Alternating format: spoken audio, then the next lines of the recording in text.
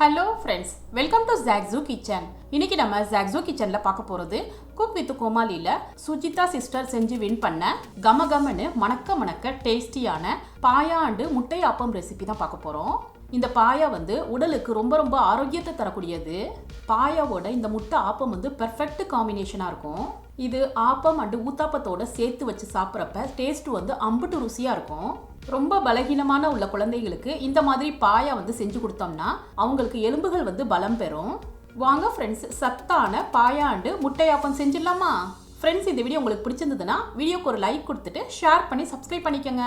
First appam செய்யறதுக்கு அரிசியை ஊற வச்சுக்கலாம்.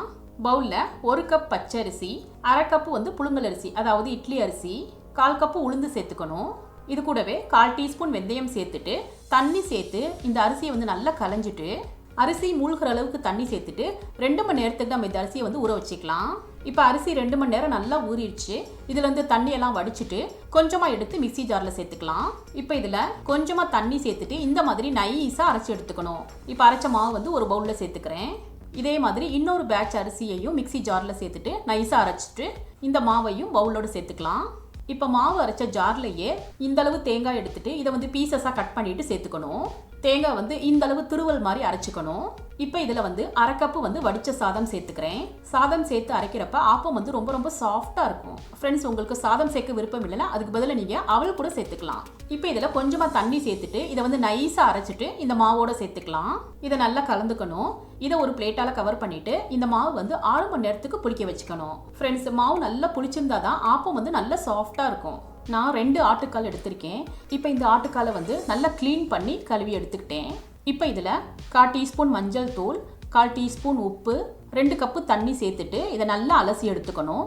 இப்போதைக்கு இதை தனியாக எடுத்து வச்சுக்கலாம். மிக்சி ஜாரில் 1 டீஸ்பூன் சீரகம், 1 டீஸ்பூன் மிளகு சேர்த்துட்டு இதை இந்த மாதிரி கொரகொரப்பாக பவுடராக அரைச்சி எடுத்துக்கணும்.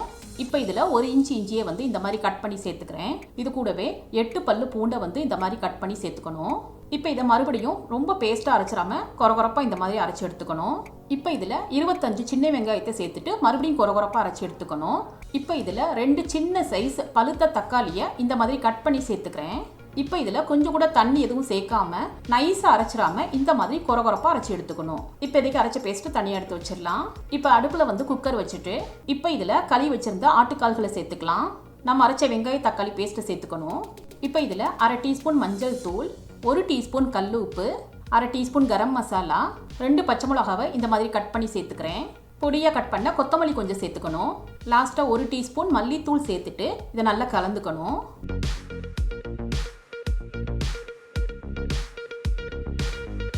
இப்போ இதில் நான் 2 லிட்டர் வரைக்கும் தண்ணி சேர்த்துக்கிறேன். இந்த மாதிரி நிறைய தண்ணி சேர்க்குறப்ப தான் ஆட்டுக்கால் நல்லா வேகும். ஃப்ரெண்ட்ஸ், நீங்கள் எடுத்திருக்க ஆட்டுக்காலுக்கு தகுந்தாப்புல அதே சமயம் குக்கரோட அளவுக்கு தகுந்தாப்புல நீங்கள் தண்ணியை கூட குறைய சேர்த்துக்கோங்க. இப்போ குக்கரில் விசிலை போட்டுட்டு அடுப்பை மீடியம் ஃப்ளேமில் வச்சுட்டு ஃபஸ்ட்டு 10 to 15 விசில் வரைக்கும் வச்சு எடுத்துக்கணும். இப்போ 15 விசில் வரைக்கும் வந்துருச்சு.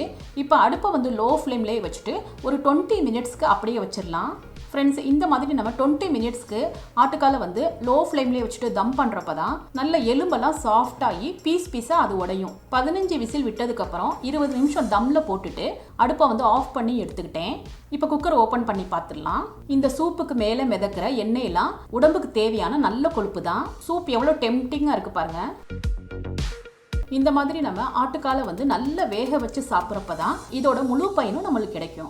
இப்போ 6 மணி நேரத்தில் மாவு நல்லா புளிச்சிருக்கு பாருங்க. இப்போ இதில் 1 டீஸ்பூன் உப்பு சேர்த்துட்டு நல்லா கலந்து விட்டுக்கணும். மாவு ரொம்ப கெட்டியாக இல்லாமல் இந்த மாதிரி தண்ணியாக இருக்கிற மாதிரி பார்த்துக்கோங்க. இப்போ ஆப்பம் செஞ்சிடலாம். இப்போ அடுப்பில் ஆப்பச்சட்டியை சூடு பண்ணியிருக்கேன். இதை நல்லா தொடச்சிட்டு இப்போ 1/2 கரண்டி மாவு சேர்த்துக்கிறேன். இந்த மாவு எல்லா இடங்களையும் படுற மாதிரி நல்லா சுற்றி விட்டுக்கணும். இதை லிட்டால் கவர் பண்ணிவிட்டு அடுப்பை லோ ஃப்ளேமில் வச்சுட்டு ஒரு 5 மினிட்ஸ்க்கு குக் பண்ணிக்கலாம். இப்போ ஆப்பம் உள்ளே நல்லா வெந்துருச்சு. சைடில் எல்லாம் நல்ல மொறுமொறுன்னு கலர் வந்திருக்கு பாருங்கள்.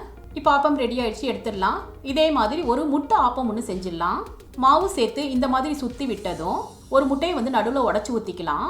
இப்போ கவர் பண்ணிவிட்டு ஒரு 5 நிமிஷத்துக்கு குக் பண்ணிக்கலாம். இப்போ முட்டை ஆப்பமும் ரெடி ஆகிடுச்சு. கொஞ்சம் பெப்பர் தூவிட்டு இறக்கிக்கலாம். இந்த ஆப்பத்தோட நம்ம செஞ்ச பாயாவோட சேர்த்து சாப்பிட்றப்ப டேஸ்ட் அம்புட்டு ருசியாக இருக்கும். கண்டிப்பாக ஒரு தடவை ட்ரை பண்ணி பாருங்க. ஃப்ரெண்ட்ஸ், இந்த டேஸ்டி அண்ட் ஆரோக்கியமான ஆப்பம் வித் பாயா ரெசிபி உங்களுக்கு பிடிச்சிருந்ததுன்னா நீங்கள் ட்ரை பண்ணி உங்கள் எக்ஸ்பீரியன்ஸை கமெண்ட்டில் ஷேர் பண்ணுங்கள். சுவையான சமையல், சுகமான வாழ்வு. தேங்க்யூ.